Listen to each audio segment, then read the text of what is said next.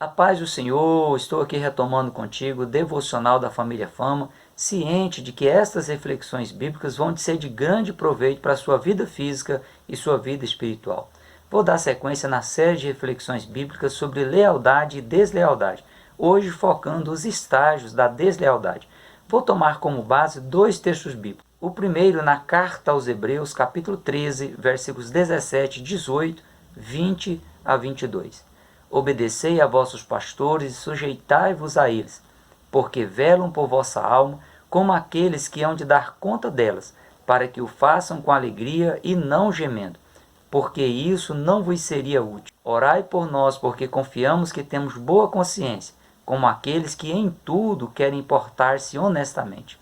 Ora, o Deus de paz, que pelo sangue do concerto eterno tornou trazer dos mortos a nosso Senhor Jesus Cristo, grande pastor das ovelhas, vos aperfeiçoe em toda boa obra, para fazerdes a sua vontade, operando em vós o que perante ele é agradável por Cristo Jesus, ao qual seja a glória para todo o sempre. Amém. Rogo-vos, porém, irmãos, que suporteis a palavra dessa exortação, porque abreviadamente vos escrevi. O segundo texto é Gálatas capítulo 5, versículos 14 a 26. Porque toda a lei se cumpre numa só palavra. Nesta, amarás o teu próximo como a ti mesmo. Se vós, porém, vos mordeis e devoreis uns aos outros, vede não vos consumais também uns aos outros. Digo, porém, andai em espírito, e não cumprireis a concupiscência da carne. Porque a carne cobiça contra o espírito, e o espírito contra a carne. E estes se opõem um ao outro, para que não façais o que quereis. Mas se sois guiados pelo Espírito, não estáis debaixo da lei.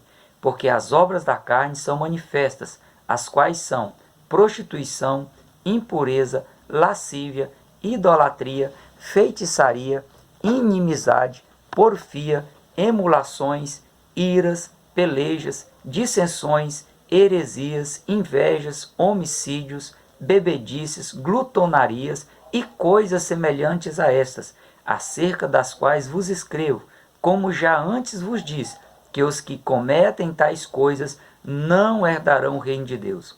Mas o fruto do Espírito é caridade, gozo, paz, longanimidade, benignidade, bondade, fé, mansidão, temperança. Contra essas coisas não há lei. E os que são de Cristo crucificaram a carne com as suas paixões e concupiscências. Se vivemos no Espírito, andemos também no Espírito. Não sejamos cobiçosos de vanglória, irritando-nos uns aos outros, invejando-nos uns aos outros. Os dois textos que eu utilizei aqui como base da reflexão de hoje, eles apontam para dois tipos de comportamentos distintos e totalmente opostos. O comportamento daqueles que se submetem à vontade de Deus expresso nas Escrituras Sagradas e o comportamento daqueles que deliberadamente desobedecem e deixam de se submeterem à vontade de Deus que está expresso nas Escrituras Sagradas. Apesar da linha divisória desses dois tipos de comportamento ser muito estreita, uma mudança de comportamento de uma pessoa pode levar a um longo período. A deslealdade ela não ocorre da noite para o dia. Tornar-se uma pessoa desleal é um processo que pode ocorrer de maneira muito lenta. Muitas pessoas podem nem perceber que estão se tornando em pessoas desleais. Muitos líderes nem percebem a deslealdade da sua equipe, seja na área ministerial, social, profissional, familiar ou em quaisquer outras áreas da vida. Há pelo menos dois motivos para se conhecer os estágios da deslealdade. O primeiro motivo é que irá ajudar a pessoa a eliminar quaisquer tendências de deslealdade que possa estar alojando nela de forma camuflada, imperceptível ou até mesmo de forma visível.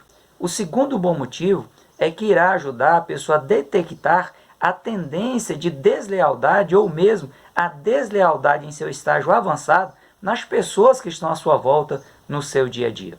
O processo de deslealdade ele ocorre em pelo menos 8 estágios e hoje eu vou estar abordando 3 deles nessa reflexão do devocional da família Fama. O primeiro estágio é o estágio do espírito independente. Ter autonomia, ser uma pessoa independente, ter iniciativa própria é uma necessidade com a qual todas as pessoas devem se preocupar. No entanto, a partir do momento que essa autonomia, que essa independência, essa iniciativa própria, ela tende a ir para o lado da deslealdade, é que está o perigo. Esse estágio, como um processo de deslealdade, é tão sutil que muitos não o reconhecem pelo que ele realmente é, como sendo um processo de deslealdade. A pessoa ela faz parte de uma instituição, seja uma família, um grupo social, uma empresa, uma igreja ou qualquer outro tipo de instituição. Mas as regras dessa instituição não exercem nenhum controle sobre as ações daquela pessoa. Ela faz parte da instituição, mas a pessoa só faz o que quer, independente se houver instrução no sentido contrário ou não. A pessoa ela coloca os seus interesses pessoais ou o seu ponto de vista acima de quaisquer interesses coletivos da instituição que ela esteja fazendo parte. Quando acontecem as convocações para as reuniões, seja palestra, oração, estudo bíblico, ID, ensaios, campanhas, a pessoa ela só participa do que ela pensa ser realmente importante para ela ou para o grupo da qual ela pertence ou qual ela lidera. Normalmente a pessoa tenta se justificar dizendo que já tem outras atividades pessoais diárias, como jejum, oração, leitura bíblica, e que por isso ela não irá fazer o que está sendo orientado ou pedido por sua liderança. A pessoa ela sempre terá algo aparentemente mais interessante a fazer. Se a pessoa ela faz parte de uma instituição, seja empresa, seja um grupo social, seja igreja, seja família, a pessoa ela não pode agir de forma a ignorar as obrigações a que ela se propôs anteriormente para que pudesse se tornar membro ou participante desta ou daquela instituição. Não basta a pessoa se propor a fazer ou deixar de fazer o que ela pensa ou entende ser o certo ou errado. A pessoa ela precisa aderir às linhas de ação que está vindo da direção da instituição que ela participa, apenas com a ressalva de que nada pode ferir a sua comunhão com Deus. Um exemplo clássico é o de Joabe, o general do exército de Davi. 2 Samuel, capítulo 3, versículos 20 e 21, a parte C, diz: Foi Abner a Davi em Hebrom, Davi fez um banquete a Abner e aos homens que com ele estavam. Despediu Davi a Abner e ele foi em paz. Só que quando Joabe chegou na cidade de Hebrom e soube do que havia acontecido, Joabe ele enviou mensageiros atrás de Abner e o fizeram voltar. Voltando, pois, Abner à cidade de Hebrom, Joabe o levou à parte e o matou. Apesar de Abner, que era o chefe do exército de Isbosete, filho do falecido Saul, apesar de ele já ter sido inimigo de Davi, eles haviam feito as pazes.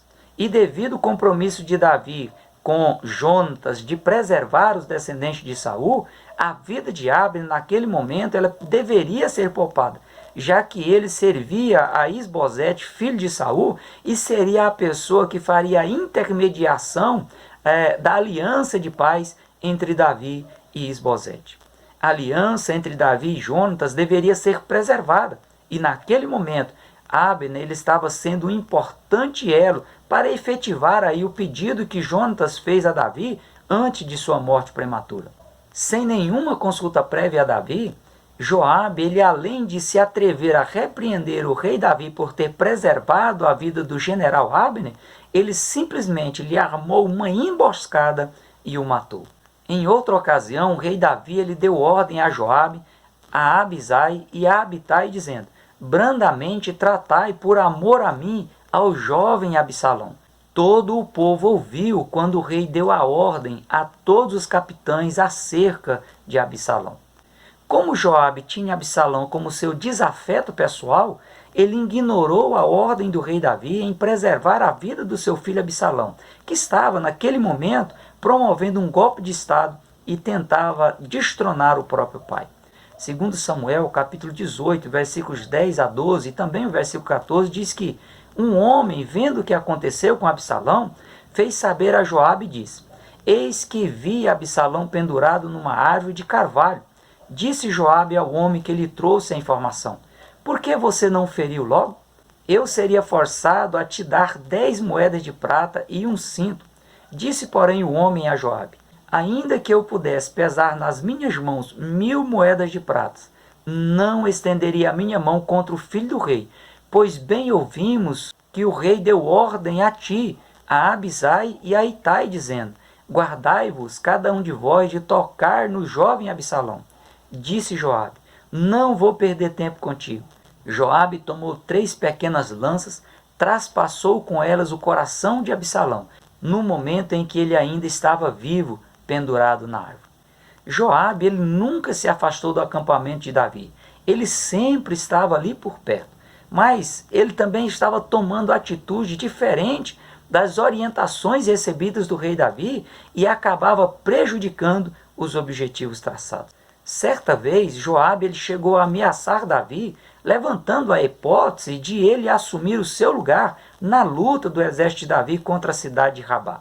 No momento em que a vitória já era certa, Joabe ele mandou uma mensagem, no mínimo, desaforada para o rei Davi, dizendo: pelejei contra Rabá e também tomei a cidade das águas.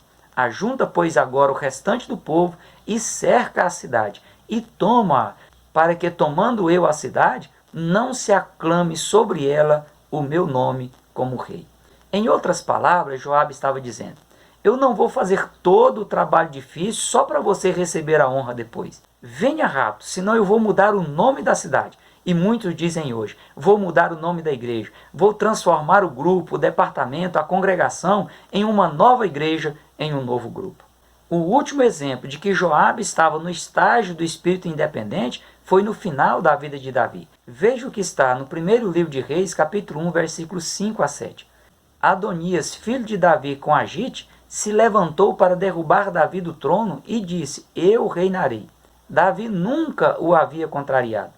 Adonias contou com a ajuda de Joabe, o comandante do exército de Davi, e de Abiatar, o sacerdote, os quais seguiram a Adonias para torná-lo rei no lugar de Davi. Apesar de Adonias ser o filho mais velho, o sucessor natural do trono de Davi, tanto Adonias quanto Joabe e também o sacerdote Abiatar, eles sabiam que Davi ele faria reinar como seu sucessor a Salomão, seu filho, com Betseba. Mesmo assim, Adonias, Abiatar e Joabe, eles se propuseram a contrariar a vontade do rei de Israel ao tomar uma direção contrária à que deveriam tomar. Se alguém tiver esse tipo de sintoma, deve repensar seu comportamento, pois essa pessoa ela está no início do processo de deslealdade. O segundo estágio da deslealdade é o estágio da ofensa. Veja o que Jesus fala em Mateus capítulo 24, versículo 10. Nesse tempo, muitos serão escandalizados, e trair-se-ão uns aos outros, e uns aos outros se aborrecerão. É a partir do momento que uma pessoa é ofendida que ela pode começar a atrair e a odiar as outras pessoas. O espírito da ofensa abre as portas para o espírito de traição, o espírito da rebelião. Uma pessoa que não tenha superado as suas feridas através da cruz de Cristo, ela é uma separatista em potencial e pode facilmente aumentar o círculo de inimigos das lideranças instituídas por Deus. O terceiro estágio é o estágio da passividade. Absalão, um dos filhos de Davi, ele se sentiu profundamente machucado em 2 eventos importantes. Quando Tamar, filha de Davi e irmã de Absalão, ela foi estrupada por Aminon, seu próprio irmão. Depois do estupro, Tamar ela ficou desolada na casa de Absalão. Outro momento que Absalão ficou profundamente machucado foi que depois de todos esses acontecimentos, o rei Davi ele ficou sabendo do acontecido e apenas ficou muito irado, sem tomar nenhum tipo de atitude contra o seu filho Aminon, no sentido de puni-lo por aquela péssima atitude. Absalão ele engoliu seco tudo aquilo, ele não disse nada, não disse nem coisa boa, nem coisa ruim a Aminon. Ele ficou aí no estágio da passividade. O problema é que as pessoas, depois de serem ofendidas várias vezes e não terem as suas feridas saradas na cruz de Cristo, elas se tornam passivas, elas se tornam apáticas. Podem parecer indignadas, mas se sentam e olham de maneira desinteressada e não se envolvem com as atividades. Davi, ele não cumpriu o que a legislação o obrigava como rei fazer a um agressor. Conforme Levítico capítulo 20, versículo 17, quando um homem tomasse a sua irmã, a filha de seu pai, e descobrisse a sua nudez, esse homem ele deveria ser exterminado na presença dos filhos de Israel. A penalidade do incesto era a pena de morte, e Davi apenas se irou. Em Jeremias capítulo 48, versículo 10, diz que maldito aquele que fizer a obra do Senhor de maneira relaxada. Toda vez que uma pessoa deixar de fazer o que precisa ser feito à luz da orientação da Bíblia, ela estará atraindo o problema para si. Deixar de aplicar a disciplina, ser passivo, ser apático com o erro, faz com que as pessoas caminhem para o estado crítico da deslealdade. Absalão, apesar de se mostrar passivo, indiferente, calado, não falar nem bem nem mal a Aminon, seu irmão, ele tomou as dores para si e, passados 2 anos, ele promoveu uma grande festa, embebedou Aminon e mandou que seus mordomos o matassem e fugiu para o território de Gesur.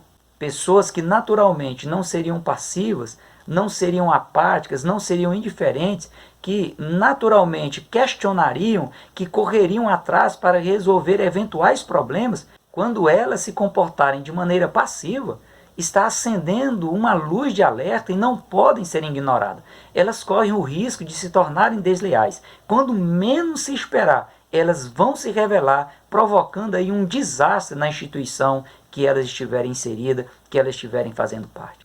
3 anos depois de cometer a deslealdade com o rei Davi, matando seu próprio irmão, Absalão voltou a viver no palácio real. E depois ele vai para a principal porta de acesso da cidade de Jerusalém, e todos os que vinham na cidade para falar com o rei Davi, Absalão os recebia e roubava para si o coração do povo. 4 anos depois de retornar a Jerusalém, ou seja, 9 anos após o estupro de Tamar, Absalão ele subiu para a cidade de Hebron, levando consigo Aitofel, o principal conselheiro do rei Davi, e se autoaclamou rei de Israel.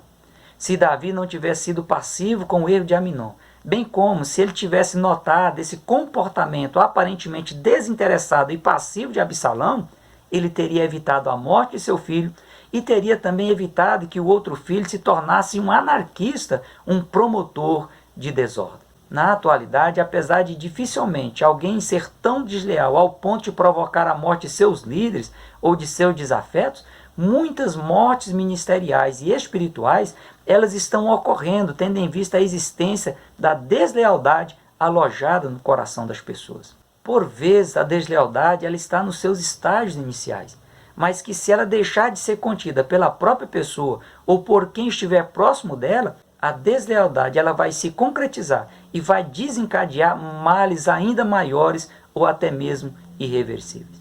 Cada cristão deve estar atento a fim de evitar, não permitir e nem contribuir com situações que promovem deslealdade dentro da instituição na qual ele faça parte, seja na família, seja na empresa, seja num grupo social, seja na igreja.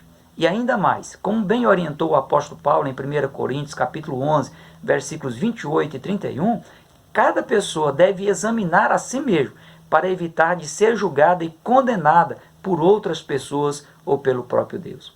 O intuito deve ser sempre de manter-se no centro da vontade de Deus, de ter preservado a alma e contribuir com um bom andamento da obra de Deus na terra. Na sequência dessa série de estudos, eu estarei pontuando os demais estágios da deslealdade. Espero por você no próximo devocional da Família Fama. Prossiga na paz do Senhor.